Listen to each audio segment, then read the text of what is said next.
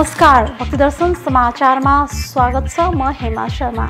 आज मिति 2079 साल श्रावण महिनाको 7 गते शनिबार, नरनाम संवत्सर सूर्य दक्षिणायन वर्षा ऋतु श्रावण कृष्ण पक्षको दशमी तिथि 1:28 सम्म उपरान्त एकादशी तिथि चन्द्रमा वृष राशिमा इस्वी सम्वत 2022 जुलाई महिनाको 23 तारिक शक सम्वत 1944 र नेपाल सम्वत 1142। आज सूर्योदय बिहान 5:23 र सूर्यास्त साँझ 6:56। सर्वप्रथम अहिलेसम्मका प्रमुख समाचार। पशुपति क्षेत्रको गुरु योजनाको मस्यौदा तयार कोष सञ्चालक परिषदद्वारा बनाइएको गुरु योजनालाई स्थानीयवासी एवं सरोकार भएका निकायसँग छलफल गरी अन्तिम स्वरूप प्रदान गरी प्राविधिक समितिद्वारा पर्यटन मन्त्रीलाई हस्तान्तरण। यसअघिको गुरु योजनाको आलोचना भएपछि समिति बनाएर नयाँ स्वरूपमा बनाइएको गुरु योजनाबाट पशुपति क्षेत्रको संस्कृति र सम्पदाको संरक्षण हुनुका साथै अन्तर्राष्ट्रिय धार्मिक तथा आकर्षक पर्यटकीय गन्तव्यको रूपमा विकास हुने विश्वास। ताप्लेजुङ स्थित प्रसिद्ध तीर्थस्थल पाथी भाराको दर्शनमा जाने तीर्थयात्रीको यात्रालाई पदमार्ग नै ढाक्ने गरी हिउँ परेको समयमा पनि सहज होस् भन्ने हेतुका साथ पदमार्गमा फाइबरको छहारी लगाइयो। पदमार्गका ठाउँ-ठाउँमा शौचालय, पानीका धारा, विश्राम स्थल लगायतका संरचना समेत निर्माण गरिँदै। कैलालीका थारू समुदायले गाउँघरमा सामूहिक रूपमा हरधौवा पर्व मनाउँदै असार महिनाभरि किसान खेतमा व्यस्त रहने, खेती गर्दाको थकाइ मेट्न सबै किसान मिलेर मिठा मिठा परिकार बनाएर थकाइ मेट्ने चलन। पछिल्लो समय विश्वव्यापी रूपमा बढ्दै गएको तापमानको कारण पहाडी जिल्लाहरूमा पनि अत्याधिक तापक्रम बढेपछि पहाडी जिल्ला इलाममा गर्मीका कारण बिरामीको सङ्ख्यामा वृद्धि। पहाडी जिल्लाहरूमा पर्याप्त चिकित्सक र अस्पतालहरू कम मात्रामा भएका कारण उपचारमा समस्या। पोखरामा आउने पर्यटकको बसाई अवधि लम्ब्याउन आवश्यक रहेको पर्यटन व्यवसायीको भनाई। कोरोना महामारीले थला परेको पोखराको पर्यटन क्षेत्र तङ्ग्रिन थालेको अवस्थामा पोखराको नयाँ पर्यटकीय गन्तव्य पहिचान र विकास गर्नुपर्नेमा उनीहरूको जोड।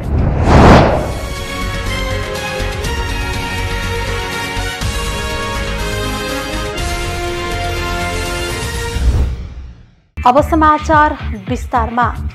पशुपति क्षेत्रको गुरु योजनाको मस्यौदा तयार भएको छ। कोष सञ्चालक परिषदले बनाएको गुरु योजनालाई स्थानीयवासी एवं सरोकार भएका निकायसँग छलफल गरी अन्तिम स्वरूप दिएको हो। संस्कृति, पर्यटन तथा नागरिक उड्डयन मन्त्रालयले गठन गरेको प्राविधिक समितिले नयाँ स्वरूपमा गुरु योजना तयार गरी संस्कृति, पर्यटन तथा नागरिक उड्डयन मन्त्री जीवन राम श्रेष्ठलाई हस्तान्तरण गरेको छ।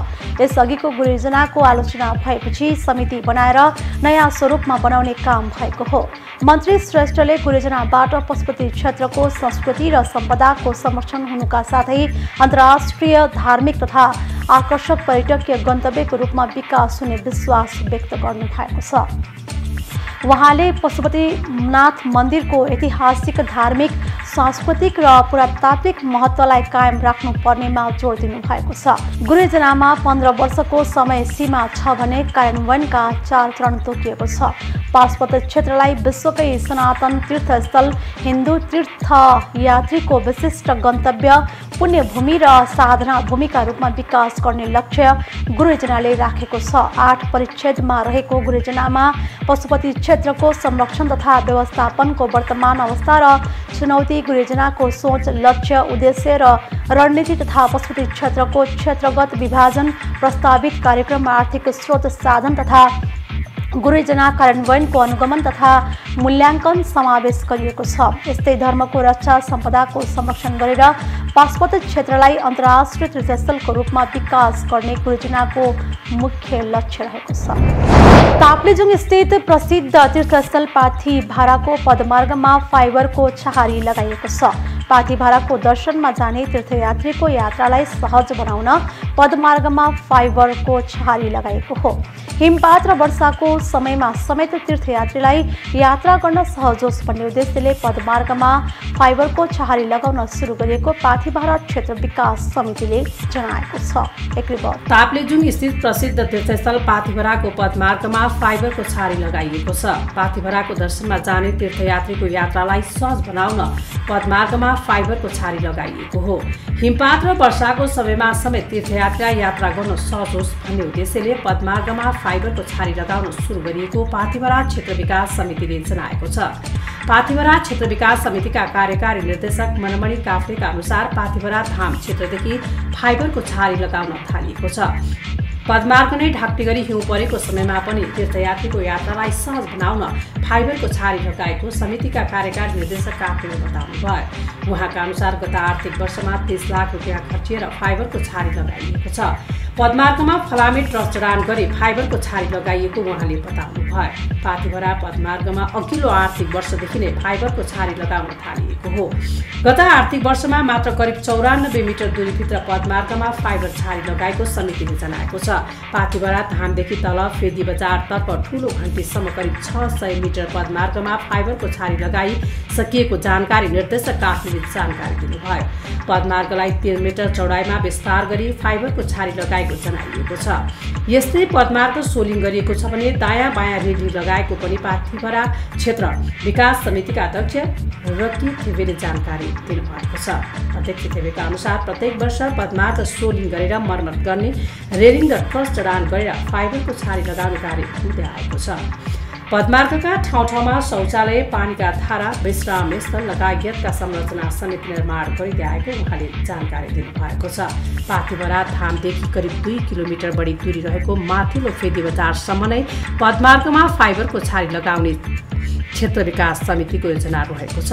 पाथिभरा धाम 3794 मिटरको उचाइमा रहेकोले हिउँ मौसममा निकै बाक्लो हिमपात हुने गरेको छ। पाथिभरा दर्शनमा भने आन्तरिकता बाह्य गरी वर्षमा लाखौं तीर्थयात्री आउने गरेका छन्।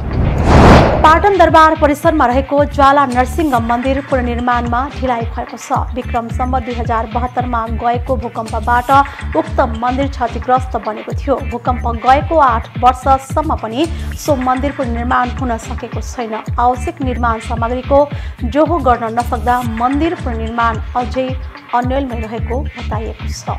एक रिपोर्ट। पाटन दरबार परिसरमा रहेको ज्वाला नरसिंह मन्दिर पुनर्निर्माणमा ढिलाइ भएको छ। विक्रम सम्वत 2072 मा गएको भूकम्पबाट उक्त मन्दिर क्षतिग्रस्त बनेको थियो। भूकम्प गएको 8 वर्षसम्म पनि सो मन्दिर पुनर्निर्माण हुन सकेको छैन। आवश्यक निर्माण सामग्रीको जोहो गर्न नसक्दा मन्दिर पुनर्निर्माण अझै अन्यलमै रहेको छ। पुनर्निर्माणमा 100 भन्दा बढी प्रकारका नयाँ इँटा चाहिने हुँदा त्यसको अभावमा मन्दिरको काम अघि बढ्न नसकेको मंगल टोल सुधार संघका अध्यक्ष किरणमान प्रधानले बताउनु भएको छ। इँटाको आकार र प्रकार पुरानो शैली अनुरूप नमिलेपछि काम अघि बढाउन ढिलाइ भइरहेको छ। समय खर्किँदै जाँदा मन्दिर जीर्ण बन्दै गएको उहाँको भनाइ छ। मन्दिर जीर्णद्वारले मात्र नपुग्ने अध्यक्ष प्रधान बताउनुहुन्छ। सो मन्दिर मर्मत, सुधार र संरक्षण गर्न ललितपुर महानगरपालिकाका प्रमुख चिरेबाबु महर्जनले 20 लाख रुपियाँ उपलब्ध गराएको संघका सचिव रवि दर्शनधारीले बताउनु भएको छ। उहाँका अनुसार पहिला मन्दिर जीर्णोद्धार गरे मात्र पुग्छ भन्ने लागेको र अब पुनर्निर्माणले गर्नुपर्ने अवस्था भएको छ। मन्दिर पुनर्निर्माणमा प्राविधिक सहयोग काठमाडौँ भ्याली प्रिजर्भेसनको रहने इन्जिनियर प्रणाम हुडाले बताउनु भएको हो। शिखर शैलीमा रहेको यस मन्दिरको सबै बुर्जा मुलीको काठ मकिएको र सबै जस्तो इँटा फेर्नुपर्ने अवस्था रहेको उहाँको भनाइ छ। आवश्यक सामग्री तयार नभएसम्म मन्दिर पुनर्निर्माण गर्न नसकिने होला बताउनुहुन्छ। मन्दिर पुनर्निर्माणका लागि गत वर्ष पुस 29 गते क्षमा पूजा गरिएको थियो। मन्दिर भत्काएपछि त्यहाँका सबै सामग्री पाटन स्मारक संरक्षण तथा दरबार हेरचाह कार्यालयमा राख्ने तयारी छ। इँटाको नमुना छिकेर नयाँ बनाउन दिइएको छ। यसअघि उक्त मन्दिरमा 108 थरीका इँटा प्रयोग गरिएको पाइएको छ। नरसिंह मन्दिरको महिमा हरेक वर्ष कार्तिक शुक्ल पक्ष त्रयोदशीका दिन पाटन कृष्ण मन्दिर नजिकै रहेको कार्तिक डबलीमा मञ्चन गरी प्रदर्शन समेत गर्ने गरिन्छ। लामो नाट्य महोत्सवको रूपमा पाटनका राजा सिद्धि नरसिंह मल्लले देश र जनताको कल्याणार्थ सो नरसिंह भगवानमा आधारित नृत्यको थालनी गरेको बताइन्छ। कैलालीका थारू समुदायले गाउँघरमा सामूहिक रूपमा हरधौवा पर्व मनाइरहेका छन्। खेतीपातीको काम सकेको खुसियालीमा हरधौवा पर्व मनाउने चलन छ। रोपाइ सकेको खुसियाली स्वरूप मनाइने पर्व हरधौवा थारू समुदायका विभिन्न गाउँमा मनाउन थालिएको हो। हरदौवा पर्वमा थारू समुदायले गाउँघरमा सबैजना जमघट गर्दै रमाइलो खानपान सहित मनाउने चलन रहेको जानकी गाउँपालिका वडा नम्बर 3 का मानबहादुर चौधरीले बताउनु भएको छ। असार महिनाभरि किसान खेतमा व्यस्त रहने, खेती गर्दाको थकाइ मेट्न सबै किसान मिलेर मिठा मिठा परिकार बनाएर थकाइ मेट्ने चलन छ। कुनै समुदायमा रोपाई सकिएको दिन रमाइलो गरेर मनाउने गरेका छन् भने कुनै गाउँमा सबैजना एकै दिन पारेर सामूहिक रूपमा मनाउने गरेका छन्। महिनौं दिनसम्म खेतीपातीका काममा व्यस्त रहने भएकाले मिठो खान नपाइने र नातेदारसँग भेटघाट नहुने भएकाले खेती सकेपछि सबैजना जमघट हुने, मिठो परिकार खाने अवसरका रूपमा हरदौवा मनाइने गरिएको किसान अगुवा सुन्दर चौधरीले बताउनु भएको छ। खेतीपातीको काम गर्दा शक्ति नाश भएको महसुस गरिने भएकाले हरदौवा पर्वमा शक्ति प्राप्त गर्न पकौडा, फुलौडा लगायत प्रथाजनित खानपिन गर्ने गरिन्छ। थारू समुदायका अगुवा हरि चौधरी हरदौवा मनाउनु थारू समुदायको परम्परा र संस्कृतिसँग जोडिएको संस्कार भएकाले पनि यसलाई निरन्तरता दिने गरिएको बताउनु भएको छ। पछिल्लो समय विश्वव्यापी रूपमा बढ्दै गएको तापमानको कारण पहाडी जिल्लाहरूमा पनि अत्याधिक तापक्रम बढेको छ। पहाडी जिल्ला इलाममा गर्मीका कारण बिरामीको संख्या पनि वृद्धि भएको छ। बिरामी बढेपछि उपचारमा समेत समस्या भएको छ। विशेष गरी पहाडी जिल्लाहरूमा पर्याप्त चिकित्सक र अस्पतालहरू कम मात्रामा भएका कारण उपचारमा समस्या भएको हो। एक रिपोर्ट। अत्याधिक तापक्रम वृद्धिका कारण इलामको इलाम अस्पतालमा बिरामीको संख्यामा वृद्धि भएको छ। हाल इलाम अस्पतालमा दैनिक 200 बढी संख्यामा बिरामीहरू उपचारका लागि पुग्ने गरेका छन्। विशेष गरी इलाम अस्पतालमा रुगाखोकी र ज्वरोका बिरामी बढी जाने गरेका छन्। बिरामीको चाप बढेका कारण उपचारमा समेत समस्या भएको छ। निश्चित जनशक्तिले सेवा दिनुपर्दा समस्या भएको बताइएको छ। अहिले चाहिँ विशेष गरी यो भाइरल फिभर भन्छ होइन, रुगामर्गी लाग्ने, ज्वरो आउने, हातखुट्टा दुख्ने, टाउको दुख्ने समस्याले धेरै बिरामी लगभग 20-25% जति भनौँ न होइन बिरामीहरू त्यस्ता छन्। तर अब त्यसमा सिरियस भएको अवस्था चाहिँ खासै देखेको छैन। साधारणतया हुन्छ 2-3 दिन दबाई खाएपछि त्यसपछि राम्रै हुन्छ। र अर्को चाहिँ केही फाटाफुटा चाहिँ झाडा पखाला केसहरू पनि आएको छन्। जुन चाहिँ अब दूषित पानीको कारणले पनि हुनसक्छ अहिले वर्षायामको अवस्थामा। अब पहिला जस्तै हामीहरूको पहिलेदेखि नै हामीसँग कम छ, अहिले पनि त्यस्तै नै छ, कुनै नयाँ थप भएको छैन। लगभग आधा जनशक्तिले काम गरिरहेको अवस्था छ। गर्मी र बर्खायाममा पानी दूषित हुने भएकाले पनि बिरामीको संख्यामा वृद्धि भएको हुन सक्ने बताइएको छ। यसका साथै गर्मी अत्याधिक बढेको कारण पनि बिरामीको संख्यामा वृद्धि भएको हो। जलवायु परिवर्तनका कारण पानी पर्ने सिजनमा पानी नपरी घाम लाग्दा पहाडी जिल्लाहरूमा समेत गर्मी बढेको छ। इलाम अस्पतालमा दरबन्दी अनुसारका चिकित्सक नभएका कारण उपचारमा समस्या भएको बताइएको छ। इलाम अस्पतालमा 3 जना विशेषज्ञ चिकित्सक, गाइनोकोलोजिस्ट, त्यस पछाडि एनेस्थेसियोलोजिस्ट र इन्टरनल मेडिसिनको डाक्टर हुनुहुन्छ। त्यसमा हामीसँग 4 जना मेडिकल अधिकृतहरू हुनुहुन्छ। बिरामीको चाप चाहिँ बढेकोले गर्दाखेरि 1 जना मेडिकल अधिकृतले कम्तीमा 50 देखि 60 जना जति बिरामीहरू हेरिराख्नु परेछ। अब इमर्जेन्सीमा चाहिँ हामीलाई पारामेडिक्सहरूले चलाइराख्नु भएको छ। यसमा पनि हामीहरू चाहिँ 1 जना पारामेडिक्सले डबल ड्युटी गरेर पनि इमर्जेन्सी धानिराख्नु भएको छ। अहिले इलाम अस्पताल लगायत जिल्ला भरकै निजी मेडिकल तथा अस्पतालहरूमा बिरामीको संख्यामा वृद्धि भएको छ। बिरामीको संख्या बढेसँगै सबै अस्पतालका बेडहरू भरिएका छन्। विशेष गरी बालबालिका र वृद्ध विद्यालय बढी समस्या हुने गरेको छ। प्रशस्त मात्रामा पानी पिउनु पर्ने, अनिवार्य मास्कको प्रयोग र भिडभाडबाट जोगिन चिकित्सकहरूले सुझाव दिएका छन्। भक्ति दर्शन टेलिभिजन न्युजका लागि इलाम सहकर्मी टिका कतिवटाको रिपोर्ट।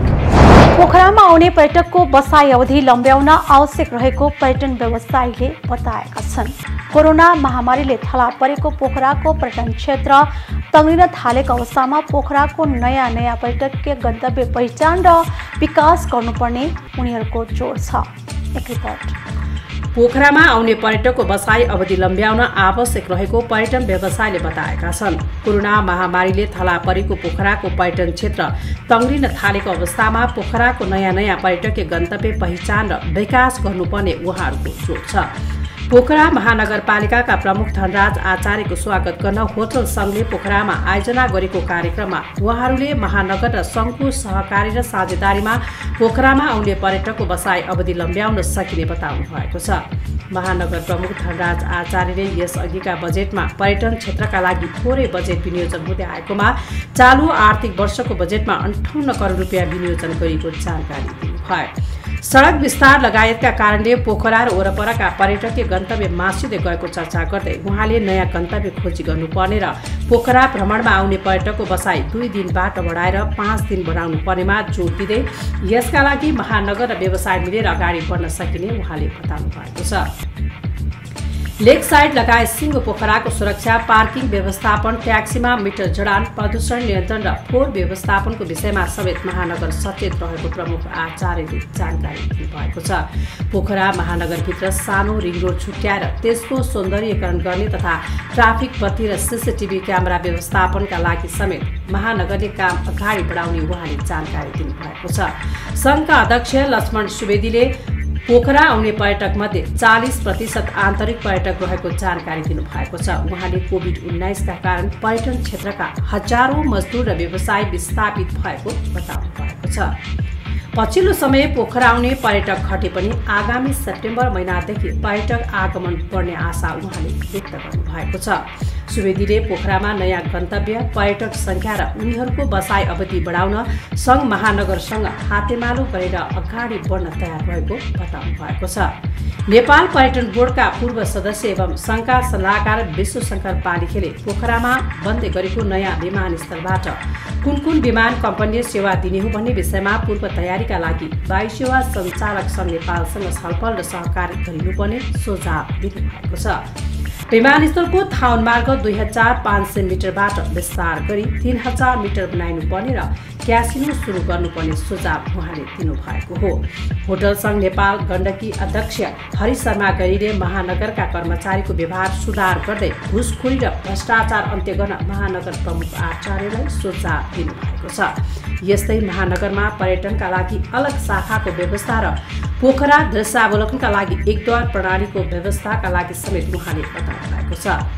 खानका सदस्य एवं होटल सङ्घ पोखरा नेपालका सल्लाहकार खतराज पराजुले नयाँ विमानस्थलबाट पोखराको मुख्य शहरी क्षेत्रसम्म फराकिलो र व्यवस्थित सडक निर्माण गरिनुपर्ने बताउनु भएको छ। यसैगरी सङ्घका सल्लाहकार गोविन्दराज पहाडीले पोखरालाई पर्यटकीय राजधानी बनाउन महानगरले गरेको प्रयास सराहनीय भएको भन्दै फोहोर व्यवस्थापन समेत उत्तिकै ध्यान दिएर अगाडि बढ्न सुझाव दिनुभएको छ। यसैगरी सङ्घका सल्लाहकार गोविन्दराज पहाडीले पोखरालाई पर्यटकीय राजधानी बनाउन महानगरले गरेको प्रयास सराहनीय भएको भन्दै फोहोर व्यवस्थापनमा समेत उत्तिकै ध्यान दिएर अगाडि बढ्न सुझाव दिनुभएको छ।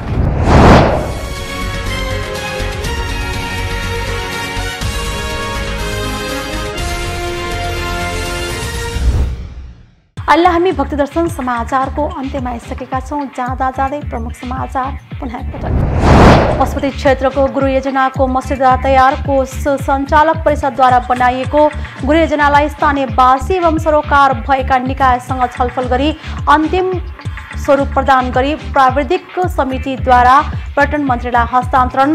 यसअघिको गृह योजनाको आलोचना भएपछि समिति बनाएर नयाँ स्वरूपमा बनाइएको गृह योजनाबाट पशुपति क्षेत्रको संस्कृति र सम्पदाको संरक्षण हुनुका साथै अन्तर्राष्ट्रिय धार्मिक तथा आकर्षक पर्यटकीय गन्तव्यको रूपमा विकास हुने विश्वास। ताप्लेजुङ स्थित प्रसिद्ध तीर्थस्थल पाथी भाराको दर्शनमा जाने तीर्थयात्रीको यात्रालाई पदमार्ग नै ढाक्ने गरी हिउँ परेको समयमा पनि सहज होस् भन्ने हेतुका साथ पदमार्गमा फाइबरको छहारी लगाइयो। पदमार्गका ठाउँ ठाउँमा शौचालय, पानीका धारा, विश्राम स्थल लगायतका संरचना समेत निर्माण गरिँदै। कैलालीका थारू समुदायले गाउँघरमा सामूहिक रूपमा हरधौवा पर्व मनाउँदै असार महिनाभरि किसान खेतमा व्यस्त रहने, खेती गर्दाको थकाइ मेट्न सबै किसान मिलेर मिठा मिठा परिकार बनाएर थकाइ मेट्ने चलन। पछिल्लो समय विश्वव्यापी रूपमा बढ्दै गएको तापमानको कारण पहाडी जिल्लाहरूमा पनि अत्याधिक तापक्रम बढेपछि पहाडी जिल्ला इलाममा गर्मीका कारण बिरामीको सङ्ख्यामा वृद्धि। पहाडी जिल्लाहरूमा पर्याप्त चिकित्सक र अस्पतालहरू कम मात्रामा भएका कारण उपचारमा समस्या। पोखरामा आउने पर्यटकको बसाई अवधि लम्ब्याउन आवश्यक रहेको पर्यटन व्यवसायीको भनाई।